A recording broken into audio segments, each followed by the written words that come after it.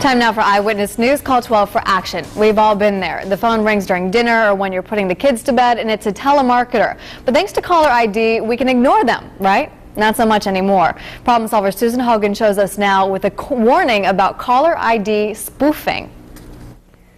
The National Do Not Call Registry was put into place to stop these calls, but some telemarketers are finding a way to get around the law and get you on the phone. Now, the Federal Trade Commission is cracking down and they need your help.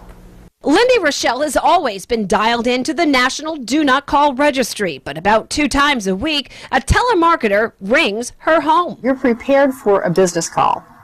And when you get something like that, it's just like you were interrupted for absolutely no good reason. Lindy checks her caller ID before picking up the phone, but has noticed that some telemarketers aren't who they appear to be. I will go to the internet and search that phone number, and oh my goodness, look at that forum full of people complaining about that number. Lindy is a victim of caller ID spoofing. It happens when a caller disguises their name and phone number to make it look like they're someone else. Now the Federal Trade Commission has a warning. Some telemarketers are using spoofing to get around the National Do Not Call Registry, fraudulently pitching things like credit cards, mortgage relief, and debt relief. Each month when we look at our top number of complaints for do not call violations, spoofed caller ID name and number are always at the top. Under the current rules, telemarketers are required to display accurate caller ID information. But when a call is spoofed, digits often show up as dead, meaning they aren't real. Other times, the name of the caller is generic, like card services or customer service.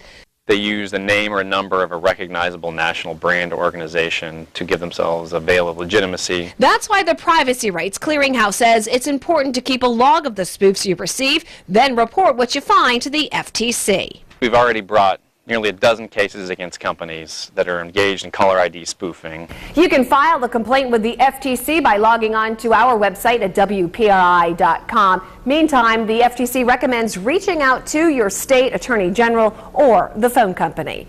And if you have a consumer problem you need help solving, contact our Call 12 for Action Center Monday through Thursday from 11 until 1. Hotline 228-1850. Or if you're interested in becoming a Call 12 for Action volunteer with me, you can call that same number you see right there on your screen. I'm problem solver Susan Hogan, Eyewitness News.